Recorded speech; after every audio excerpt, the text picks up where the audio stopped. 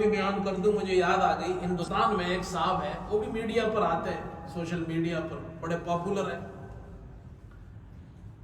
میں اپنی عادت کی وجہ سے نام نہیں لیتا کسی کا، نہ دل تو چاہتا ہے کہ میں کھلم کھلا ان کا نام لے کر بات کروں.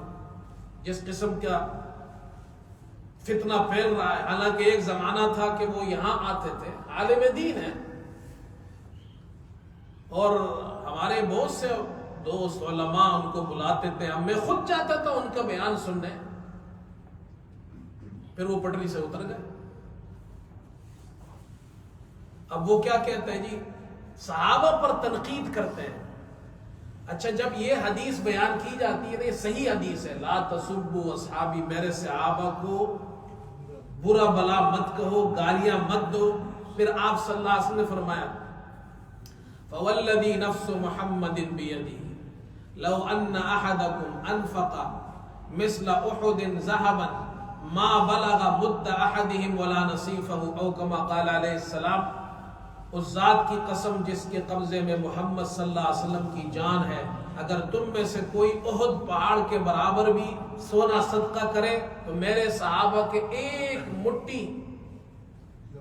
مٹھی جو کے برابر اور یا 2 مٹھی کے برابر بھی تم اس کا ثواب نہیں حاصل کر سکتے جو وہ اللہ کے راستے میں صدقہ کرتے ہیں. ٹھیک ہے. اب یہ حدیث صاف صاف بتا رہی ہے کہ صحابہ پہ تنقید جائز نہیں ہے. بھائی ہم کون ہوتے ہیں صحابہ پہ تنقید کریں؟ حدیث صحیح حدیث بیان کر رہا ہوں، لیکن ان لوگوں کو تو صحابہ پر تنقید کرنی ہے، حضرت معاویہ رضی اللہ عنہ پہ بھی کرنی ہے. اب وہ یہ کیا کہتے ہیں، اپنے لیے تنقید کا راستہ کھولنے کے لیے، نعوذ باللہ ہمارے نوجوانوں کو گمراہ کرنے کے لیے وہ یہ کہتے ہیں، یہ جو حضور صلی اللہ علیہ وسلم نے فرمایا ہے لا تسبوا اصحابی، یہ تمام صحابہ کے لیے نہیں ہے. نعوذ باللہ. کیا دیکھیں گمراہ کیسے کرتے ہیں. کہتے خالد بن ولید اور عبد الرحمن بن عوف کے درمیان اختلاف ہو گیا، بات ہو گئی. آپ صلی اللہ علیہ وسلم نے اس موقع پر یہ ارشاد فرمایا میرے صحابہ کو برا بلا مت کرو. تو وہ کہتے ہیں خالد بن ولید یہ متاخرین صحابہ میں سے ہے، عبد الرحمن بن عوف متقدمین صحابہ میں سے ہے. آپ نے خالد بن ولید سے کہا ہے، متاخرین سے کہا ہے کہ تم متقدمین کا احترام کرو، لہذا یہ متاخرین کے لیے نہیں ہے، جو بعد والے ہیں ان کے لیے نہیں ہے، ان پہ تنقید ہو سکتی ہے. دیکھو سمجھ گیا بھائی. اب وہ چور راستہ اپنے لیے بنا رہا ہے نا، کسی طریقے سے میں صحابہ پر تنقید کروں. تو بھائی اب اس کا جواب میں آپ کو سمجھا دیتا ہوں تاکہ ہمارے بچوں کو بھی سمجھ میں آ جائے، ہمارے نوجوانوں کو بھی سمجھ میں آ جائے.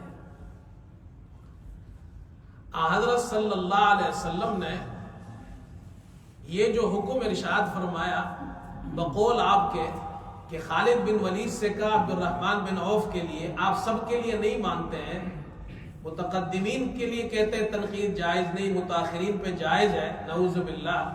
تو پھر آپ نے تو متاخرین متقدمین کا نام بھی نہیں لیا، آپ نے تو ایک صحابی کو دوسرے صحابی کے بارے میں کہا ہے، پھر تو حدیث صرف ان کے لیے ہونی چاہیے، باقی کسی کے لیے بھی نہیں ہونی چاہیے آپ کے اصول کے مطابق. بس سمجھ میں آ رہی ہے بھائی. عرف کے اندر آپ دیکھیں، جب آپ یہ کہتے ہیں میرے صحابہ کو برا بلا مت کہو تو اس میں سارے صحابہ شامل ہوتے ہیں. اب اس کی ایک مثال سمجھاتا ہوں میں آپ کو. ایک آدمی کے بیٹے ہیں، وہ اپنے چھوٹے بیٹے سے کہتا ہے کہ تم اپنے بڑے بھائی کا احترام کرو، اسے گالی مت دینا، اسے برا بلا مت کہنا. دونوں میں جھگڑا ہو گیا. چھوٹے سے کہا کہ بڑے کو گالی مت دینا. اس کا کیا مطلب ہے؟ وہ دنیا سے کہہ رہا ہے کہ تم میرے بڑے بیٹے کو تو گالی نہیں دے سکتے، میرے چھوٹے بیٹے کو دے سکتے ہو. بولو بھائی یہ بات سمجھ میں آتی ہے؟ عقل میں آتی ہے یہ بات؟ دنیا میں ایسا کوئی ہوگا اپنے چھوٹے بیٹے سے کہے تم بڑے بیٹے کو گالی مت دینا، اس کا مطلب یہ ہوگا نعوذ باللہ کہ وہ اپنے لوگوں سے یہ کہہ رہا ہے میرے بڑے بیٹے کو تو کچھ مت کہو، چھوٹے بیٹے کو گالی دو؟ دنیا میں یہ کوئی مطلب نہیں لیتا۔ اس کا مطلب یہ ہے جب متاخرین صحابہ کے لیے متقدمین صحابہ پہ تنقید جائز نہیں تو امت کے لیے تو کسی بھی صحابی پہ تنقید جائز نہیں ہوگی، بے شک، اس لیے کہ سب حضور کے صحابہ ہیں۔